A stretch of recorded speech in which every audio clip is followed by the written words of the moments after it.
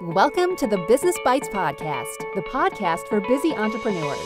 Whether you're an online entrepreneur or seeking after brick and mortar success, this podcast brings you quick bites of content so you can learn and grow anywhere you are. Now here's your host, Rachel Brainke. Happy whatever day it is, wherever you guys are listening. My name is Rachel Brainke, and this is the Business Bites Podcast. I have a quick 10 to 15 minute episode. We'll see how long I actually end up talking today. But I wanted to talk a little bit about having a story. I think one of the biggest things that people leave out in their marketing, in their business, is this whole idea of sharing the story, sharing who you are or how your business came about. And because the problem is people always go, I don't have a compelling enough story. Of course, yes, we have people on the opposite end of the spectrum who all they do is use their story. They use the most unfortunate circumstances in their life, some that they brought upon themselves, some that they didn't. Really doesn't matter either way. They just tend to overuse it. So that's my first tip with this before we get into identifying your story is making sure that you're not overusing the story because then your audience becomes deaf to it. They become blind to it and they actually start to be repelled from you for it, no matter how sad or unfortunate it may be. In fact, the sadder and more unfortunate that it is, whether you brought it upon yourself or not, may actually exhaust people from wanting to listen to you, exhaust people from hearing your messaging because they just think it's going to be another quote unquote sob story. Now, I don't say all this to be insensitive or to devalue situations that have happened in life. I just simply say this to emphasize the fact that whatever story you have in your life, whether you think you have one or not, which we're going to talk about here in a second, use it in moderation. Use it when it's going to connect the dots for your audience. For example, when you want to show that you're relatable.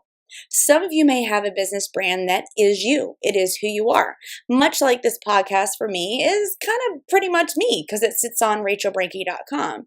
Whereas I have other brands such as the Law Talk, which is for photographers, and it has been developed into a team-based type brand.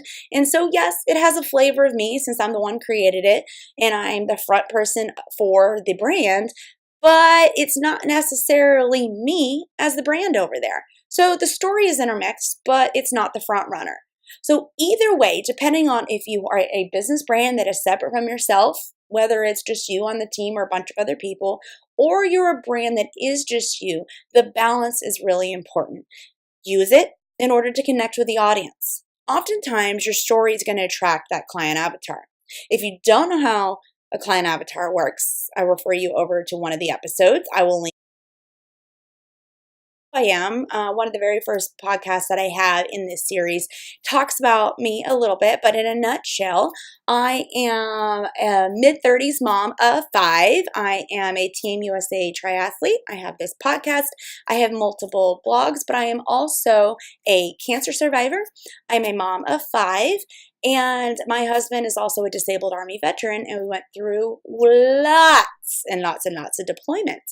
And so I share all that because all of those together help to formulate my story. By having all of that going on, that is able to develop the insights that I have for you guys. It developed who I am today. And the avatar that I reach out to in my audience is a middle 30-something mom that has school-aged or preschool-aged kids, and she's much like me. So I emphasize and share my story in this balancing of business, being efficient in business, understanding that you may not always reach your goals on the timeline that you set, much to the chagrin of maybe a business coach or a strategy consultant that you have, but the reality is life happens.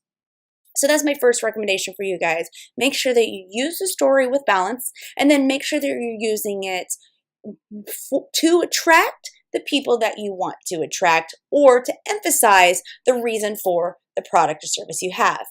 Another example of that is I have the book, The Laundry List. It can be found on Amazon. I now feel like this is a whole commercial, but I promise it's not. I'm just using myself as a case study. But The Laundry List is a business book that arose out of this whole idea of needing to balance business and family life.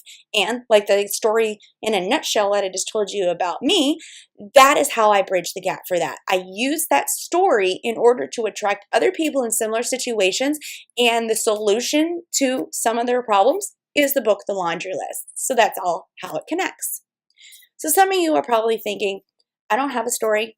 Nothing unfortunate's happened to me. Not that anybody would wish to have cancer or have their husband deployed to a foreign war for years. That's okay. You don't have to have something as extreme as that. But life is life. Life is not fair. We all have troubles and burdens, and we also all have strengths that we can share. Those are how you can formulate your story. I know that if you guys look around and make a list of, say, 5 of your personal friends, you can probably identify their story relatively quickly. But if you ask them their story, they would go, I don't have a story, unless it was something as hard-hitting as kind of the things that I've mentioned. It could be something simple as having multiple children and trying to balance business. That seems pretty ordinary. It doesn't seem like a major story, right? But it's a story that you can connect to an audience. Or maybe you are a 9-to-5 professional in already committed career and you're trying to run your business on the side. What are lessons that you've learned out of that? Maybe you have some recommendations for education for fellow business owners. Maybe your people that you are trying to reach for that side business have a problem that's very similar to yours in that capacity. So I suggest you guys go and sit and think, what is it in my life? There are some things that have developed me as a person. Perhaps it is something even initiated this business. Maybe you have a product that solves a customer's problem. Okay, so one of my favorite people to follow in the photography industry is MagMod. It's Magnet Mod, and it's run by Spencer Lum, and marketing genius, by the way. I have never shared that with him, so if he hears this, high five to you, Spencer. But the way that he does and ties in this idea that photographers are having a hard time with the modifiers on their flashes on their camera. You can see how he connects the story of having that frustration in his own photography business as well as his team and identifying it in the industry, and connects that with other elements of his story of being a dad and a husband, and connects the story to this physical plastic product that is amazing, by the way, and this is totally not a paid thing. I just saw him in my feed and thought it was a great example for you guys as someone who has a physical product. But he took the physical product, it connects it with his story to the problem, and that is the solution that he has for his people who are going to be potential buyers. So I suggest that you guys sit down, figure out your story. Again, the formula or the checklist that I want you to run through are, what are some tough things I've gone through in my life? What are some really good things that I've gone through in my life? What are my strengths? What are my weaknesses? What have I learned by trying to develop my weaknesses into strengths? Why is it that I started this business in the first place? What is the most pressing thing that my client avatar has? What about that list of demographics that you're going to listen to in episode 12 for client avatar? What are some of their demographics, and how do I connect? How does my story connect to who they are?